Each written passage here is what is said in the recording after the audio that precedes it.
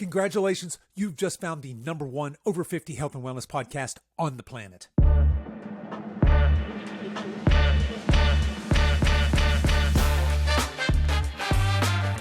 Hello and welcome to the Over 50 Health and Wellness Show. I'm your host, Kevin English. I'm a healthy aging expert, and I'm the founder of The Silver Edge, and I am on a mission to help men and women just like you build lean, strong, healthy, capable bodies they love for the rest of their lives. Now, today I am thrilled to be joined by the one, the only Coach Russell Medieros. In this episode, we are going to dive deep into the realities of maintaining a lean, strong, healthy body composition, especially as we age. We'll share some personal stories, some practical tips, as well as valuable insights to help you navigate your fitness journey, whether you're building muscle, losing fat, or just aiming for a healthier lifestyle. We'll discuss everything from the seasonal nature of dieting to bulking to the importance of strength training and metabolic health. So whip up a protein shake, get comfortable, and let's jump in. This episode is brought to you by The Silver Edge. The Silver Edge is my online nutrition, exercise, and lifestyle coaching business, catering to those of you over 50 who aren't ready to give up and buy into the common narrative that it's all downhill from here. At The Silver Edge, we take a health-first approach to working with our clients to help them build lean, strong, vital bodies that last. Look, here's the deal. There is no shortage of lose weight quick coaches and programs in the world, but you can either lose weight quickly or permanently.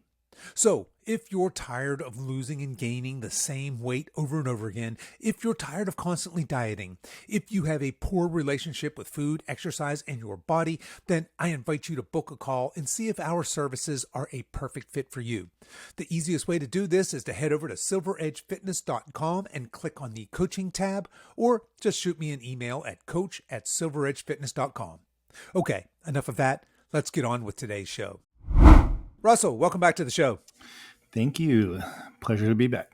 Yeah, man. Always a good time to chat with you. So yesterday was Father's Day, man. How did things go for you? Went well. It was just an average day. Most people know my background, but I was a cop and before that in the military. So holidays don't really mean too much to me. The holiday happens when I want it to happen.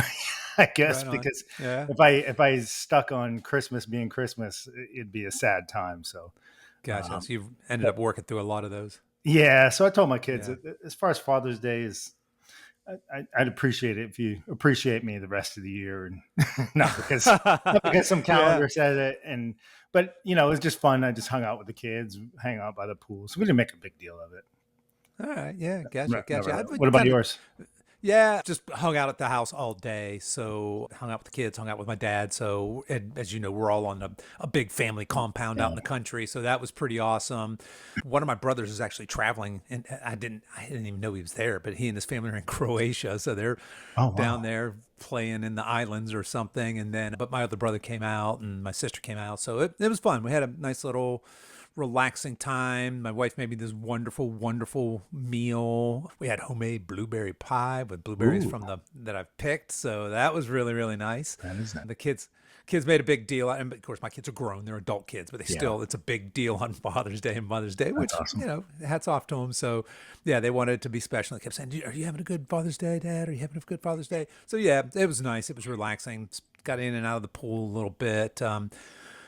Every once in a while, I have to admit, I will smoke a stogie. So I sat in the shade with my dad and puffed a stogie and told some stories. So yeah, it was a good Father's Day. That's great. Yeah. Good time. It's all that matters, just hanging out with the family. Yeah, man. That's what I think, right? And I'm kind of with you. That's, the whole hallmarkization, if that could be a word, of holidays, right? Hey, it's Father's Day. Buy this $6 greeting card. Yeah, number one T-shirt. Or number one dad T-shirt, number one dad coffee mug, all that. Because you don't need that. Yeah. But hey, man, speaking of fathers, I wanted to talk a little bit about, I don't know if you know this, but once upon a time, I was a soccer coach. And going to do a little humble brag. I was actually a decent soccer coach. So I'll tell you what happened. And for those of you that are on our email list, I think you've already seen this email where I kind of talk about this analogy. So bear with me. But when my son was young, he was into soccer. So really, really early, like they start him ridiculously early, like 4 years old or something. But he'd been in soccer all these years and he had a natural gift for soccer. So he was, he was usually one of the better players on any team he was on. So it was fun kind of watching him. And somewhere along the line, I think he was in the 11, 12-year-olds, when his assistant coach of the team quit and they desperately needed an assistant coach. And somehow, some way, I got drafted. Now, I should preface this by saying I had never, ever played soccer in my life, not like on a team or, I grew up in Pennsylvania. I wrestled. I played a little bit of baseball, a little bit of hockey, but no soccer whatsoever. That wasn't even a thing when I was a kid where I was. So I took over in this position as the assistant coach, which was pretty easy, right? I mean, it's just kids. I'm just basically doing some crowd control, running them through their drills and all of that. And I had fun. And wouldn't you know it, I think it was like the very next year, the head coach just up and quit. And I was like, oh boy. So I got elevated. I got thrown into being a coach. And I picked my own assistant. So I talked another dad into being the new assistant coach. Like me, he was a surfer, knew nothing about soccer. So That's funny. I bought this online coaching, it's specific how to coach youth soccer kind of thing. And it was a pretty reputable thing. They actually had certifications and all this. So I just became a student of soccer because I really wanted to, I wanted to do my best. Typically when I grab a hold of something, I get a hold of it. So I wanted to do really, really well. And our kids were average. We were, in the league, we were okay. But so I really, I started watching YouTube videos when soccer was on TV. I would watch soccer and my son and I would watch it together. And so I was, in this online course I was taking, of course, there was all of what you would expect. Do these drills and practice this. And it was specific too, because in soccer you have like the 9 and 10-year-old division, then the 11 and 12, and then the 13, 14. It kind of jumps up in 2-year divisions like that. So my kids at the time, I think they were probably the 11, 12 when I really took them over as a head coach. And one of the principles that coaching package taught me was how to, the concept of space in a soccer field and how to coach kids at that age to open up and play the field. In other words, if you've ever gone and seen kids play soccer, it's very often it's bunch ball, right? All the kids are bunched. Wherever the ball goes, that's where the bunch of kids just goes, because the kids just want to get a kick in on the ball, right? It's that's the idea. It's soccer. And so what I taught those kids was what you do when you do not have the soccer ball is far and away the most important part of this game. And I said, here's the reason why, because you're only going to have the ball for, if you're lucky, like 1 minute during the game. Yeah. You're just not going to have it that often. So what you do when you don't have the ball is much more important. So that's a pretty lofty concept for kids. So we kind of got this really simplified look. When it's defense, I want you kids just to attack the ball. Get the ball, let's turn the ball over.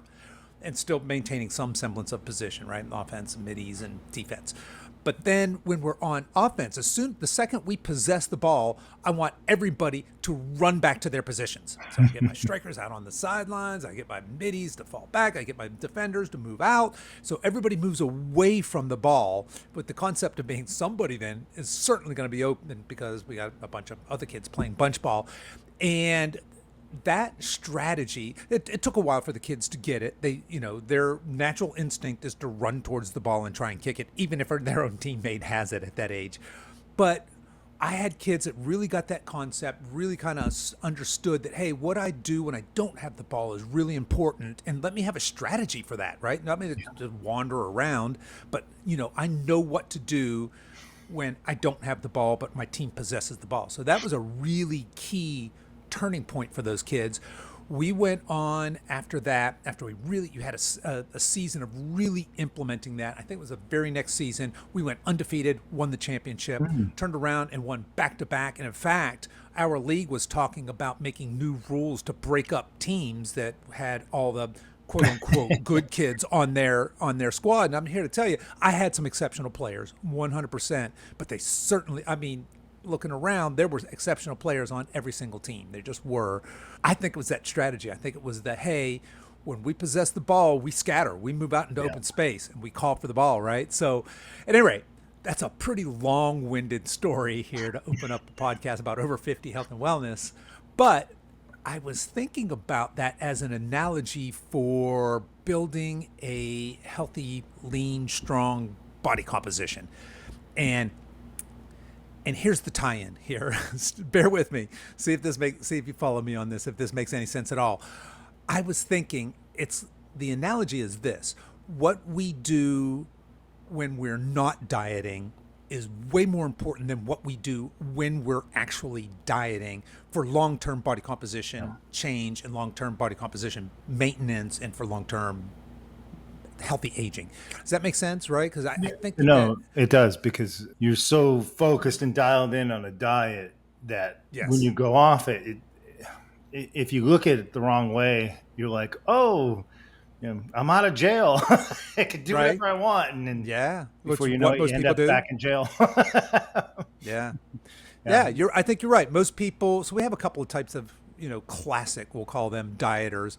We've got the chronic dieter, which is the person just seemingly always on a diet. And these people are often in programs like Weight Watchers, Optavia, etc. Some sort of low calorie maintenance program. Or we have our yo-yo dieters. I'm going to lose this 20 pounds and then 8 months later, lo and behold, I've gained it all back. I'm going to lose this 20 pounds again. Lo and behold, 6 months later, I've gained that 20 pounds plus a few extra bonus pounds to boot. And kind of that cycle of, every year or two losing and regaining that weight.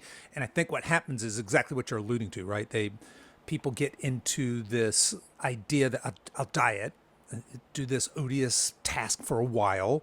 I've got the motivation, I've got the willpower, I can make this happen. And then when it's done, they're like, oh, thank God. Yeah. They pat themselves on the back. Yeah, great job. Go back to my and then old kind of ways. go back to the old way, right? And yeah, I think that having a strategy for when you're not dieting is more important than your actual diet. Because look, a diet can be any type of calorie restriction. That part's really not that tricky. No. But integrating it into your whole life or whole life sustainable health, certainly that is tricky, right? Yeah, that's the hard part about it. That's the hard part. Funny you bring it up. My 11-year-old son started basketball, and guess who's the head coach? Oh, are you coaching basketball now? Yeah. Nice. Yeah. It's funny. My kid's always been some activities, but I've never been proficient enough to be a coach. So it was like Yeah. karate, it was jujitsu. The other one was boxing. So I was never, I've done a little bit about it, but nothing to be coach wise. And then, I've played basketball my whole life up until my last 10, 15 years. I just slowly bounced out of it. But what's funny is it starts July 1st, and I'm super nervous about coaching 11-year-olds. Yeah, man. I just started thinking about it. I'm like, oh God, what if I need to make sure I'm back into basketball, some sort of semblance of basketball shape. Basketball shape. Who knows? Maybe this is what gets you back on the court. I'm sure they've got some over 50 over 50 tough. leagues It's somewhere. tough when you get older. It's fun, Yeah. but when you start going against the young guys who don't. Yeah. My dad was playing in I think it was an over 70 league Oh, at jeez. one point. Yeah. So look, Hey, we yeah, don't have to, it might be something. that's right. I was Yeah. thinking You more just- pickleball, but Yeah. Look, I'm with you on the pickleball. Yeah. So I mostly play pickleball mostly with my daughter. So she's 21. So I'm mostly playing with younger people, but funny. I am looking to join an actual pickleball league or something. Yeah, I'm having that'd a be lot of fun fun. with that. Yeah, man. That's pretty All cool. righty. Hey, speaking of diets, did you see the article that I put over in the chat there? The Daily Mail article that I sent you? Yes, I did. Yeah, man. So what the title of this article is, and I love how it says exclusive in all cap letters first. Of course. And then says ultra processed foods do not, and not is in all caps, ultra processed foods do not cause obesity, says U.S. government's top diet advisors in bombshell review of current evidence, studies have been biased. Okay. Let's have some fun with this. What Yeah. are when you first saw that headline, what's your initial thoughts to that? I agree with it.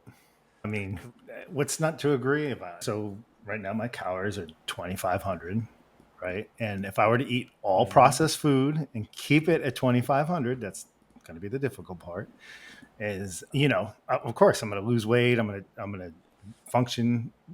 I might not feel great, but I'll still get the benefits of weight loss. But if I eat 2,500, majority of it whole foods, I'm gonna be stuffed to the gills. Like I can't eat Yeah. 2,600, 26. If I could eat that much, if we eat that much chicken, yeah, of course we're gonna gain weight. 5,000 calories of chicken, but I don't know who's Right. gonna eat 5,000 calories worth of chicken. But I'll tell you what, those Doritos are gonna be close Yeah. to They're easy to 5,000 smash. calories. Yeah. Yeah. So Well, yeah, I heard it. I like how they whittle it. Of course, it's obvious, and I'll swing it to something else. A friend of mine, or a few friends of mine, sent me this article saying, "This is not to get political or anything. I don't care who you voted for, or who you're about to vote for," but they're saying Biden is putting this thing in where any young man is 18 to 26 has to register for a draft. And everyone's all up in arms about that. And I'm like, yeah, it's called the Selective Service. It's been around forever. And they're Yeah. I'm just pretty trying to sure I did that way they back just when I word it a was different 18 as way to well. make it seem Yeah. like, oh my God, they're making all 18 to 26-year-olds go to war right now. Just funny the way Yep. if you don't pick apart some of these things, it Yeah. makes it No. difficult. I think even in the article, it said that, if you eat X amount of calories of this, yeah, of course you're going to lose weight or It does. It not does. gain So weight. yeah, Yeah. it's so clickbaity, and it's just my social media feed has been. I've seen this like a dozen times now. It's just being posted and posted, and of course people are railing about it, and or people are saying, "Yeah, see, I told you," and it's it's kind of like this. It's like, okay, do ultra processed foods make you fat? There's two answers to that. Yes, of course they do, and no, of course they don't. It's kind of like, look, if you guys remember back to the professor, I can't remember what university he was in, but there was a professor who did this experiment where he went on the Twinkie diet. And his goal at the beginning was, I'm only going to eat Twinkies for, I forget, it was a short period of time, maybe 2 weeks. I don't think it was longer than a month, but for some short period of time. And he lost like 10 pounds or 15 pounds or something, only eating Twinkies. Now, as he went on, Twinkies got kind of boring. So he allowed himself to switch up some Hostess and some Little Debbie's, but it had to be all like really crap food, and he lost weight. So yes, you can lose weight eating. So just eating ultra processed foods by themselves, that's not the quote unquote cause of obesity. However, ultra processed foods, I can make the case that they very, very clearly do cause us to gain weight. And it's because they're ultra processed and because they're so easy, they are scientifically designed to be overeaten. They are marketed to us in a way that is designed to be overeaten. I love the example of the bag of potato chips. So a standard size bag of just Lay's potato chips, let's say. I can't remember. I think it's the equivalent of 4 to 5 potatoes, big potatoes. And I dare anybody to eat 4 or 5 baked potatoes in one sitting. You can have butter and you can have salt on them, but just eat 5 of those, skin and all. Now, go eat a bag of potato chips. It's really easy to eat a bag of potato chips. It's really hard to eat a whole bunch of potatoes. You can demolish So it. So I just looked it up. A large 1 pound bag, 10 to 12 medium potatoes. holy moly. Yeah. Okay. I dare you to eat. So if you said, Kev, I'll give you $1,000 to eat 10 to 12 potatoes, I'd be hard pressed to do. I bet I could. I don't know. If they said you had a time limit of 15 minutes, I couldn't do it. I just couldn't choke down that many potatoes. I damn sure could wolf down a bag of potato chips, though. No problem. Yeah, easily. Yeah, Yeah. it's kind of crazy. And then you get to the other part of it is, so weight loss is one piece, right? And of course, that's not differentiating between fat loss and muscle loss or bone density loss or anything else. That's just weight loss. So yes, you can eat complete and total garbage and still lose weight. But what you're doing is eating the least the least nutrient dense food on the planet with the highest calorie load. That's a pretty bad bargain. I mean, this is not a good deal, especially for those of us getting a little bit older, right? I mean, it's just and you playing against a stacked deck with that. Bring up a good point. You lose a lot of vitamins and nutrients by eating that. If you eat all processed, so it's just funny, but people read the title and just be married on that and be like, okay, I can eat processed food. It has nothing to do with what I'm doing. Yeah, and that's That's the problem, right? And there's this whole anti-fat and healthy at any size movement they're latching on to things like this and saying, see, you're demonizing these foods and there's no Yeah. scientific evidence behind that. And you're like, oh my God. Yeah. But certainly very disappointing to see this making its rounds, getting picked back up in other places and going, oh, maybe Yeah. our thinking around ultra processed foods has been incorrect. And you're like, yeah, W- maybe. Well, it's funny within our program, we usually have people attach their um, calorie counters or their meal trackers Yep. to the app, and this is where it gets fun because you can kind of go through their stuff and be like, oh, you notice when you ate out, did you notice that you felt differently in this and that? I noticed you ate out Tuesday, and you could see their sodium going way up, fiber really low and things like that. Yep. And see, that's the things you should look out for. So it's kind of neat when you first start tracking to start figuring that stuff out, like, okay, maybe I should have more whole foods than processed in my diet. So that's one thing I like to point out with clients is day to day, like how even though you hit 2,500 calories Monday and Tuesday, but it's a totally different day, right? Like it's two Right. different type of things. So Yeah. that's a fun thing to look at. But yeah, it's sad. Like, honestly, you and I can make a McDonald's diet right now and lose weight, Sure. both of us, right? Yep. Not going to feel great, but be Nope. a little more sluggish. Yeah, So, 100%. yeah. Hey, speaking of which, did you see on the news that the supersize meat guy passed Yeah. away? Yeah, I saw that. Yeah, sad. Cancer, right? 52, 53. Yeah, Yeah. complications from cancer. Of course, that's the So, first thing I looked up. I'm like, oh God, what did he pass away? I don't know about you, but yeah. now being 50, when I see somebody passes away early, I look Right. it up. I'm like, oh God, what is it? What do I have to look Yeah, out no, for? I mean, from where I'm sitting, that's a very young dude, right? At 60 years old. 'Cause That when guy's we were- 52. It's like, when we were yeah. kids, the only people that died that were our age was in car accidents, really, Right. Yeah. something like that. So yeah, it's kind of weird now that you just look, that's the first thing you look up. What did he die of? Yeah, that is Yeah, sad. so That is pretty sad. Yeah. I liked some of his films. Yeah, yeah. So yeah, I mean, he really was bringing awareness to exactly this topic, right? I mean, Oh his yeah. whole gig, if you're not familiar, the movie Supersize Me was he was going to eat nothing but McDonald's for like a month or something. It's a documentary. And of course, he comes on, he gets his blood work done before, and his doctor says, "Do not do this. This is a very bad idea. You could get sick. You could die eating this Yeah. way." And his whole gig was in that first movie was, what was the deal? Anytime somebody said, "Would you like us to supersize that?" He said he had yeah. to say He had yes. to say yeah. So that was part of his deal, right? And so of course that was a profit increaser. So every McDonald's kid in the country was trained that Yeah. that was a part they had to say then, would you like fries with that? Or would you like to supersize that, sir? And of course that supersize meant it was the big fries. So you got the big fries and it was a giant drink. Yeah, So it went was from a like a 16-ounce soda, which is already a ridiculously large amount of soda, to like the 24-ounce soda or that's something probably crazy. So, 400 or 500 calories in just a soda. oh yeah. Oh, it's been a while since I've seen that documentary, but that dude got sick. And his Did you blood ever work see was this? horrible at the end of that. Did you ever see the show? There was a show on TV called Fit to Fat. I did not know. Was it So just it was this a trainer. series of shows? So it was a trainer, and he was training clients a lot, but he's always been fit. So he couldn't understand the struggles, and he that was the missing link between him and his clients. Oh, gotcha. What he Yeah, did, he didn't have that gained, experience, right? he gained like 50 something pounds. Like that's what he did. All he did was eat bad, like Yeah. and lots of bad, and gained that amount of weight. And then he said, "All right, me and you, we're going to lose it together." And so that spun off into a show, and they had different trainers do it. So it was pretty. Oh, is that right? Okay, Yeah, so it they was get the pretty trainer. neat. It was really neat. So they would gorge themselves for months on end, and then show up to their client and be like, "Okay, let's go. We're Let's doing do this this together." And then Interesting. it just brought, I thought that was a neat show. It was called Fit to Fat. I think you could still see it on YouTube.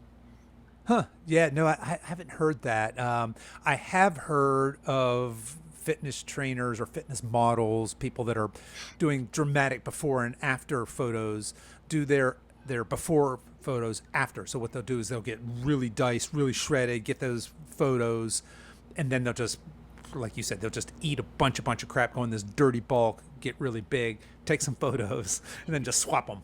This is my before Yeah. and my after. Oh, So geez. intentionally gaining that weight. Yeah, just to manipulate that.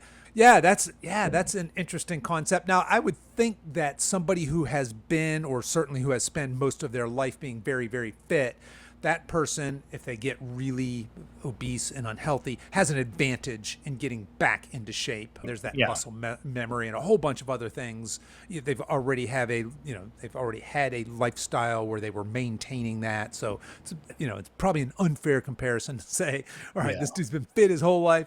Now he gained 50 pounds. Now he's fat and he's going to lose weight with you. But I like the concept of that. I think that's Yeah, kind of cool. it was a neat show. It was emotional when the trainer came back to the client after they gained the weight, and the client's like, "Why would you do that?" Yeah. It's like, look, So it kind of showed some together. dedication. You're like, "Hey, we're in this together." Yeah. So, Well, if you remember, I almost did that myself this winter oh yeah, where I went on that crazy, I was trying to eat, like I got up to about 4,400 calories a day. And I think I told you I was choosing the brand and the flavor of ice cream based on calorie density, because going back to the whole foods and processed foods, I'd finish dinner and I'd be like 800 calories short, 600 yeah, calories short. It's like, oh my God. And I couldn't eat any more steak. I couldn't eat any more chicken. I couldn't eat any more potatoes. I couldn't eat any more anything, but I darn sure could dig into a pint of ice cream and knock back, 800 calories really easy. Now, I wasn't doing that in order to make myself fat. I was doing that because I was trying to get swole. I want to get big. And look, I mean, I got strong. I did get big. I did put on muscle, but I put on there towards the end when I was really ramping up those calories. Not most, but a good chunk of those calories were coming from ultra processed foods. My body just stored that as fat, just like that. And it took me several months to burn that back off. So there you go. Yeah. All right. Well, let's transition our conversation here a little bit and talk about, we've been talking about the trainer who's going from fit to fat. We don't want to give that advice, but let's talk about our favorite advice when it comes to muscle building and our favorite advice when it comes to fat burning. Now, before we start this conversation, we'll just say, if you are a complete beginner with strength training, you're in this magical unicorn land where you can pretty easily lose fat, gain muscle at the same time. That's called body recomposition. But for the rest of the people out there with any sort of training history at all, that becomes really, really tricky. So there's this magical window in the first 12 months, let's just say, of you starting strength training where you get some of that, you can get some significant amounts of fat burning and muscle building simultaneously. So that aside, let's discuss what it takes to build muscle and then what it takes to build fat, because or what it takes to lose fat. Because typically in our coaching program, even for our weight loss clients, right, we're going to spend some time doing this metabolic restoration, which very much includes building a little bit of muscle. And one thing that a lot of people miss when they're on this muscle building, muscle toning mission is that in order to optimize muscle building, we need to be in a calorie surplus. And that scares most people who have a weight loss goal, right? But let's start here. Why would somebody who's maybe, and we're not talking about, has 100 pounds to lose. We're talking about somebody who's got 10, 20, 30 pounds to lose, right?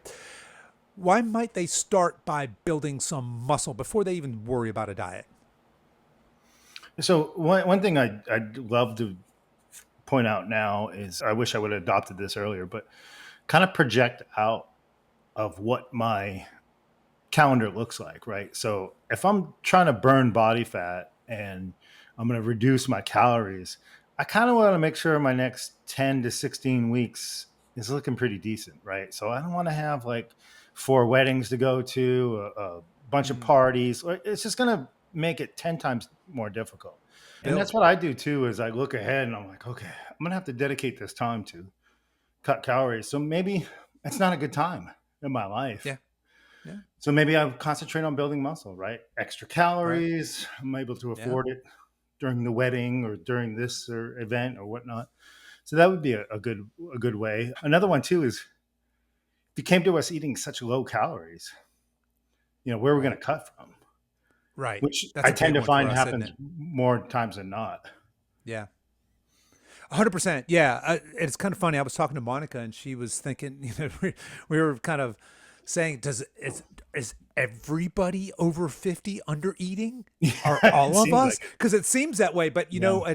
as I unpack it a little bit, because we talk so much about restoring your metabolism, and those of you that are chronic dieters and yo-yo dieters, we tend to attract those people into our programs. So I think we have a distorted view because she's right. When we look at just our data, everybody's under eating, right? So for ladies, to put that in perspective, that means ladies, you're eating, let's say, less than 1,800 calories a day. Guys, you're probably eating less than 2,200 calories a day when you come into our program. Now, of course, there are exceptions. And of course, not everybody in their 50s and 60s is under eating and overweight, but I'm here to tell you a whole bunch of you are because we see a bunch of you coming in. But I think, so you made two really good points there. One is, there's almost a seasonality to when it's optimal to be in a cut cycle, right? To focus on fat burning. And there could be a season when it's optimal to focus on muscle building. And the other being, metabolically, are you in a place that you should be fat burning? And for a lot of you, you're not. So then the flip side of that is, okay, well, if we can't be in a fat burning, look, I get it. Your weight loss is your goal, but if it doesn't make metabolic sense to start with a diet phase, with a fat loss phase, let's work on a muscle building phase and do something there. Now you might be thinking, well, dang it, that sounds like a long route for me to lose some weight if you're talking about eating a little more food and getting stronger. But here's what happens in that process as well. When we build muscle, even modest amounts of muscle, it makes it easier for us to let go of fat. It makes us much more likely to have long-term success with fat loss. And here's why. The more muscle you have, the faster metabolism you have. And again, I don't mean, you ladies turning into She-Hulk or you dudes being Arnold Schwarzenegger. We're just talking about a modest amount of lean type 2 muscle on your body. Having that is metabolically expensive, meaning your body has to burn more calories just to keep that muscle on you, which is a great thing, right? Because that raises up our metabolism. Now, the bad part of that is if you don't have some type of strength training in your program and you just do the diet part, your body's 100% going to start stripping away unused muscle because it is metabolically expensive. So that's the first place your body's going to start to pare down from. I've heard statistics talking about people that in our age demographic where sarcopenia, age-related muscle loss, is very much a concern, when they go into a calorie deficit. I think this study was looking at people who were doing Ozempic and Wegovy, weight loss drugs, but they were looking at people who were just eating in a calorie deficit, eating less food and not exercising. 30 to 40% of the weight they were losing was coming from muscle, which is very, very alarming for some of us old people. So that's another reason why I think focusing on a muscle building phase certainly makes sense. Now, Russell, when you've got somebody or yourself for that matter, when you're in this phase and you're bumping up calories, what are we talking about there? Are we bumping up? Is it open season? We're just eating all the food, or is this a very controlled bump up in calories? So I just did one this winter, and it was controlled. It was very controlled. It Controlled. was Yeah. slowly bumping up, and then I was eating same way I eat now, mostly whole foods. But it does give you a little leeway to go out and do this and that, Yes. and not be too concerned about it. But yeah, I wasn't doing anything that was. It's probably 300 calories over my maintenance, Yeah. so it wasn't too Yep. bad. It was a very slow, deliberate Yep. build. I've done ones where I've gone higher, and like you were saying earlier, I had to eat the ice cream. I mean, not that I had to. It was a joy, Yeah. trust me. But Yep. but after a while, it just didn't look right. It was coming on too fast, So Yeah. that was the other part. So yeah, Yeah. it's very slow, very controlled, and then usually especially with my folks that are, they're chronic dieters, you have to check in on them a lot. Like, hey, Yep. how's things going? I understand the scale went up a little bit. It's nothing to be worried about. It's a lot more like talking off the ledge. Yeah, no, it's funny. I'll get guys, certainly ladies, but I've even had guys where we get to 2,200 because they've been just chronically eating so long, and I get them to 2,300 calories. Like, Coach, I can't eat that much. I feel stuffed all the time. I'm like, all right, let's give it time. We're just gonna stay here a couple weeks. Your body's going to adjust. Your metabolism will increase. What I'm looking for in those guys is for them to say, hey. I'm starting to feel a little bit hungry again, and I'm like, all right, in that case, let's bump up a little more if that's appropriate. But yeah, I hear you, man. It's that modest increase in calories, maybe 10% over your maintenance calories is fine. Doesn't have to be a lot, but you can't build muscle out of thin air. There's a couple things that have to be true. One is you've got to be doing strength training, and you must be applying the principles of progressive overload. So you must be adding either a little bit of weight or another rep every time you do things. So we're sending this clear muscle building signal to the brain. You must be in a calorie surplus, and even a small one, just so that you have those building blocks available. You have to be eating decent amounts of protein, right? Because muscle is built out of the amino acids that we're getting from there. And for a lot of people, this becomes really enjoyable when they, especially people that are new to strength training and they get over that kind of newbie curve and they start to get more into that intermediate stage. They really, really enjoy it. I'll tell you real quick, I've got to give a shout out to one of my clients, David. He's been with us forever. At least he's in his second or third year now. He's in our alumni program, so he's not still doing the intensive one-on-one stuff, but he came to me a couple years ago. Let me see if I can get this right. I should have looked him up before I got on here. I didn't know I was going to talk about him, but he came to me. It was like 175 pounds. And he had a physical coming up, and on his intake form, he said, I want to be 165 pounds. He wanted to lose 10 pounds, basically. And when I said, well, why? He said, well, that's what I weighed the last time I had my physical. I had a really good physical last year. I've gained 10 pounds this year. I said, okay. I kind of looked under the covers. He was under eating. He was eating mostly vegetarian. He put that in his intake form. And I said, well, when I see vegetarian to vegan or plant-based, I always gently ask clients, well, why are you eating that way? And if they say anything like, oh, I don't, it's spiritual reasons, or I feel it's morally wrong to eat animals, I just leave it alone. But if they say anything else, I'm going to challenge it. And he said, well, yeah, my wife and I have been trying to clean up our diet. So we're trying to, he thought he was saying something that his nutrition coach was going to really pat him on the back for. He's like, hey, I'm trying to clean up the diet, trying not to eat so much meat. And I was like, okay. So he's eating mostly plants. And every once in a while, he's like, yeah, well, every once in a while we'll treat ourselves and we'll have some salmon or something. I was like, wow.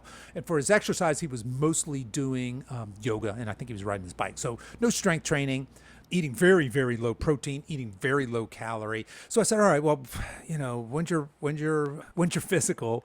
And he told me when his physical was. I don't know if we have enough time to really get you down. I don't know if we're going to make that goal weight or not. But first things first, we need to get you eating some food. We need to bump up your calories. So same thing, right? I started bumping him up, and he was like, man, it seems like a lot of food. And I was like, well, hey, just bear with the program here. And we got him on a weight training program, started to slowly bump up his protein because he was really, really, really low. Anyway, this is a long-winded story because the end is that dude. You want to take a guess at what he weighs right now? I guess 180. I'm thinking I'm going up. Yeah. He's like 185 and he's freaking jacked. I mean, he's yoked. He looks incredible. He's 20 pounds over what he. Oh yeah, his body 20 was dying pounds over for what? That. Yeah. His body was dying for that. Yeah, he's eating all the protein now. Mm-hmm. He's smashing the weights.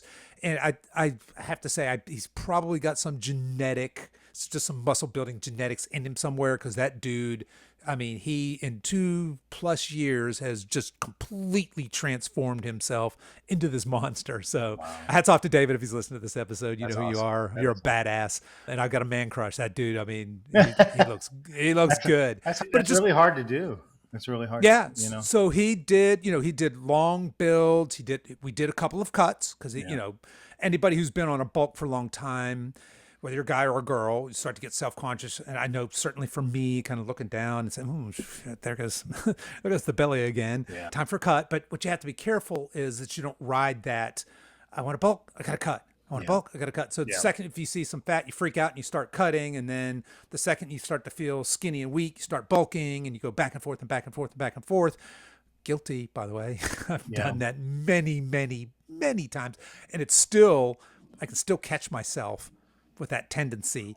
But staying the course, doing those, long, steady metabolism building bulks, spending some time in maintenance there, do a cut, get in and get out, don't mess around in a cut, and then back to that bulk is certainly one way to end up with a lean, strong, healthy body, right? Yeah, the way I did it this year too was I added in like a week of a cut, but every 4 to 6 weeks, Yeah, because mini I got cuts. to a point where I was like, oh, full, and it was weighing on me.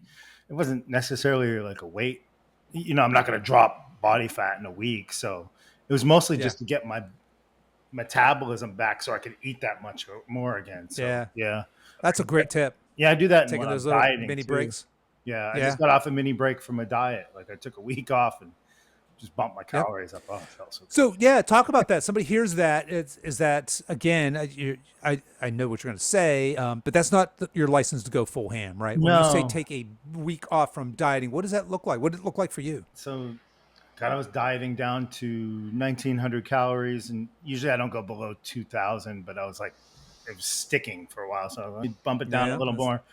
And then all of a sudden I was like, oh, it just, it's nothing's moving the way I want it to. The yep. pictures, I was looking at pictures and measurements too. And so I bumped my calories up to, what was it, 24, 25. It wasn't much. I mean, my Mm-hmm. maintenance is like 28 usually. And then just had it like that all week, and then went back down. Now I'm fine eating. I'm down to 2200 calories and I'm losing weight. So, it Yeah, just, you're that's right. It's just a little bump. yes. Yeah. No, that's funny. I've done that exact same thing with clients before where I'm like, kind of scratching my head. And, if it's a client who I trust, look, they're logging accurately and we're just not getting what we want. And this is the hardest thing for me to explain to a client because they've worked so hard. They've been 4 or 5 weeks into a cut already. I'm like, you know what? We're going to back out of this for a little bit, just for a little bit. And they're like, no, no, no, no, no. Yeah, yeah. And I'll do better. I was like, dude, yeah, you lost a half pound in 2 weeks. And you're not eating enough food and you're getting weaker in the gym. Yeah. Let's reset. Let's back up. Let's take that little bit of a break. And I can't remember when that didn't work. I'm sure there's going to be exceptions to every rule, but taking that little bit of a break, a week or two, like you said, let that metabolism reset a little bit and then go back into that deficit. And then all of a sudden you get that predictable pound a week or whatever you're looking for coming off. So yeah, I love it. So I'm a big fan of obviously eating in that slight calorie surplus, building muscle. It's really fun once you've getting again once you're past that beginner stage to find yourself getting stronger. And look, if you're in your 50s and 60s, and in my late 50s, I think when I was 59, I PR'd my deadlift, lifetime PR, Wow. so personal record, my 1 rep max on a deadlift. I got a 1 rep one. Oh no, sorry. I missed my 1 rep. I misspoke. I missed my deadlift. I wanted at 59. I was trying to get a PR in deadlift, bench, and squat. I did squat. I did bench. I missed my deadlift. So look, I'm 60. I still have that in front of me. One of these days, I Yeah, there you will go. do another. I Yeah. will do another deadlift run. I'll take a few months to try and get strong in deadlift again and see what I could do there. But it's fun. It's fun to chase those things, and you have to be in a muscle building phase in order to do that, right? Oh yeah, definitely. Yeah, 100%. yeah. Yeah. It's not going to happen in a dieting phase. No, you're not going to hit your PRs in a dieting phase, unfortunately. All right, well, let's talk about diet phase. So we talked a lot about muscle building phase, kind of when you might do that, why you might do that, how you might do that. At some point, you want to, now you've built all this muscle. Here's the trick, especially for us older folks. How do we switch to burning fat, to losing fat, but still maintaining that muscle that we've worked so hard to build? What tips do you have for us there? Well, that's where it's going slow again, but on the reverse end, right? We don't want to just Yep. chop up 800 to 1,000 calories because we're spinning our wheels again. So a nice, slow, gradual climb down. And I don't know about you, Kevin, but if I cut 200 calories and the wheels are spinning perfectly, weight's coming off, I don't touch it. I just leave it Don't alone. mess with it. Yeah, Yeah. I'm like, let's ride this until we can ride it, and then all of a sudden, Sure. you stick. All right, let's take another 100 calories off, or Well, that way you have room to take multiple cuts too, yeah. right? I mean, if So it's working like that, like why would you sure. fix it, right? Right. You're like, 100%. okay, why am I starving Yeah. myself when I can lose at this pace? So, yeah, definitely don't go too fast. Don't add too much to it, right? You don't want to add too much activity, because you're spinning your wheels and Right. not getting the Metabolically best speaking, if result. you're, Yeah. you got to be So, careful there that you're not overdoing it. But you have to continue with the strength training on the other hand, though, right? Because yes, definitely. the Yeah. second, again, especially as older folks, the second we stop hitting the weight room and we're in a calorie deficit, guess what? You're losing weight, but it ain't all, 30, 40% of that muscle that you work so hard to build is going to go with it. So really important to keep up the At that point, you're strength trying to training. keep muscle instead of, building Yes, it. you are Yeah. now muscle preserving. Yeah, Yes. Yeah. 100%. Yep. So Yep. yeah, that's definitely always involved is the muscle building. And then, again, the right mindset, right? Because I've been doing this for many years. Of course, I want to get down to my goal weight next week. I don't want to wait. Yeah. It's hard. It's hard to do that. So you got to Yep. keep that in mind too. It's like, all right, I didn't put all this on yesterday, so I'm going to take it off Right. the same way I put it on. So speaking of which, what do you like to see for a rate? What do you consider to be a healthy rate of weight loss? If you're looking So at pounds, my, pounds per month or per week. yeah, mine's weak, and it would be like a half pound to two, and two's on the Yeah. very high end. Two's on the high end because then you got to kind of wonder, Where am I it's starting to coming, lose some of that what's coming muscle? Where off. is that coming from? Yeah. And then Yeah, again, I'm with you. I mean, I have some pictures that I keep on my file where these girls lost weight and or gained muscle and then lost body fat, but the scale didn't move, and they looked like Right. two dramatically different people. Yes. So Yes. that again is where the pictures and the measurements come in play. Right. And then plus two, in Right. our program, we only ask people to weigh in once a week. So, that's not really a great indicator. If we are questioning, I might ask to do it a little more than that and take an average. That's a better read of it. Yep. You'll agree with that.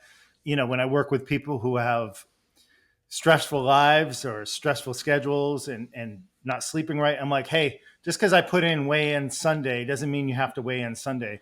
Why don't you weigh in Monday when you get better sleep or, stress is a little down? Because that's going to throw off the number too. So Yep. there's a lot of things you got to think about, right? When you do these. Yeah. What I hear you saying is the scale's not the best measurement. No. Of It's success. just a even in small a fat tool. loss phase, right? Yeah. Yeah. It's just one tool. It's not the best So tool. Yeah. a I'm half a 100% pound to with 2 you. pounds is just a general thing. I mean, you might not lose Yep. anything, but the pictures are just Right. looking fabulous. You're like, oh my God, I can Right. see. A great one for my men is the back, right? Lower back. If you can see that lower back start tapering in, Start you to lose taper. body Yeah. fat. Yeah. You lose Yeah. body fat. So 100%. Yeah, it's a Yeah. big- I'm with you there. And then, like you said, so we're taking this calorie deficit. If it's not broken, don't fix it, right? As long as you're losing weight.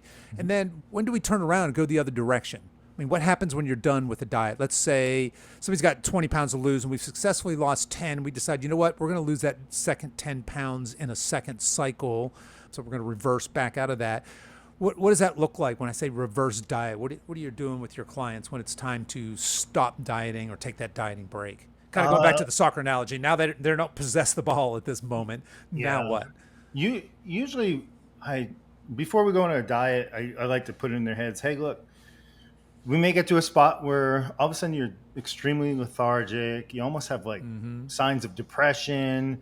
You're just not running right, Low energy. low energy. So that might be the point where we pull out of the diet. And you might not reach your goal, but that's where we do it in different phases. Or, we might get that week-long boost of calories and then go back into it, right? There's some tricks we can throw at it. Also, too, before we start dieting, I say, hey, look, I know you said 20 pounds, but let's not get married on that. Let's look at all the factors, right? Let's look at measurements and pictures and other stuff. Because there were times where I said 20 pounds and I looked in the mirror and I was, 10 pounds lighter and I love the way I look. And I'm like, okay, maybe 20 pounds wasn't my ideal, Right. So that's another thing that I like to throw in there. Yeah, 100%. I think that because diet sucks. Let's face it, they're not fun. No. It's a deprivation mindset and it's restriction, and it's not you're not meant to live there. I think that prolonged dieting leads to more of that all or nothing kind of thinking, which doesn't serve us well for long term body composition. But I like to tell people this: if you were to lose 5 pounds of body fat and gain 5 pounds of lean muscle mass, no mean feat, by the way. That takes some work. But if you could do that, you would look dramatically different. I don't care what size you are. You would look different. I mean, right now, if I lost 5 pounds of fat and I gained 5 pounds of muscle, I think I could step onto a bodybuilding stage. It would make that much of a difference, right? Yeah. I mean, that's a You're right. huge difference in body composition, yet the scale hasn't moved. Hasn't budged a bit. I still weigh the same 200 pounds I am right now. It's just a little different distribution, right? So really, I think that's what we try to convey, right? That's the people that we want to attract. People that are interested in not just weight loss, but I want this healthy body composition. I want to be lean, but I also want to be strong and functional and vital. I want to have a lot of energy. I want to be able to go play. I want to be able to coach basketball or do other things, and having functional, mobile, lean muscle on your body is such a critical part of that healthy aging piece. And it's a critical part of your fat loss journey as well. So that goes all the way back to that soccer analogy. You in your life should spend more time not dieting than you are dieting in order to maintain that lean, healthy body composition. I diet very infrequently, just when I want to kind of manipulate my body composition. I spend most of my days, now I've been at this for a long time, but I spend most of my days either in maintenance or a slight surplus chasing some sort of something, right? Whether it's body composition or performance or just experimenting. But that's where most of your life is meant to be spent. It's not meant to be in a diet. It's not meant to be for you ladies eating 1,200 calories and feeling miserable, or you dudes out there that are eating 1,800 calories and that's what you live on. I mean, that's a tough place to live. There's no food freedom there. There's just that restrictive mentality. Chances are you're kind of in a hormonally crappy state because you're just not very well fed.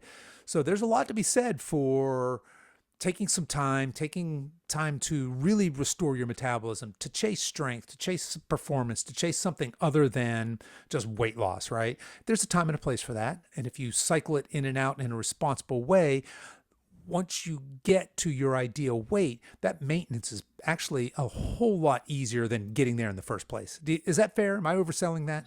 No, maintenance is easier. Yeah, that's spot on. Yeah, definitely. Yeah.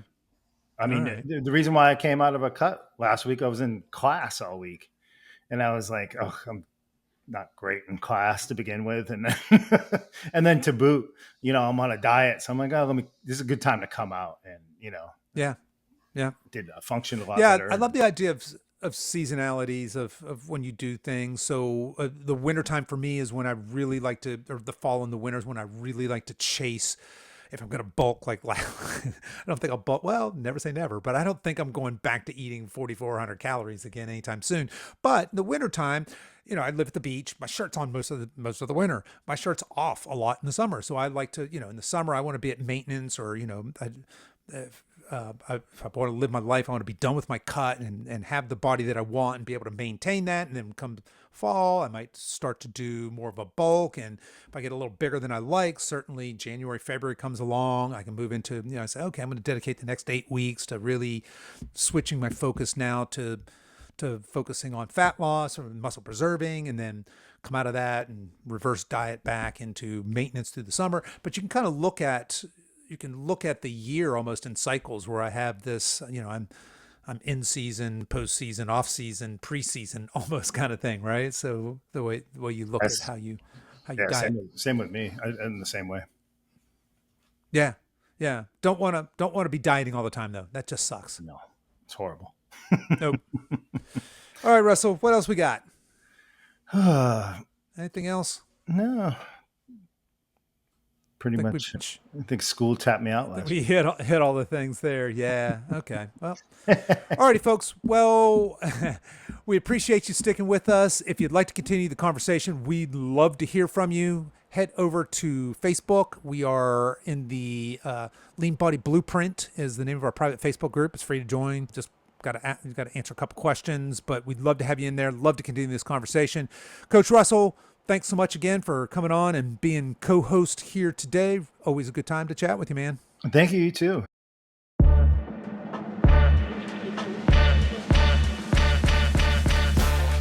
Okay, that's our show for today, folks. If you've enjoyed this podcast, I want to let you know that we have other free resources over at silveredgefree.com.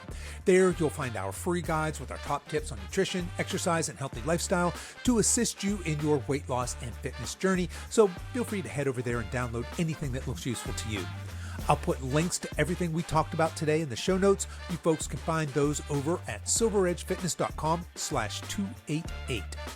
As we wrap up our time together today, you can show your support for this show in two important ways. The first is to tell a friend about this podcast and encourage them to give it a listen. The second is for you YouTube folks to please click the like and subscribe buttons, and for you podcast folks to please give this podcast a 5-star review on whatever platform you listen to podcasts on, and be sure to subscribe and follow so you don't miss any future episodes. I really appreciate you spending your time with me today, and until next time, stay strong.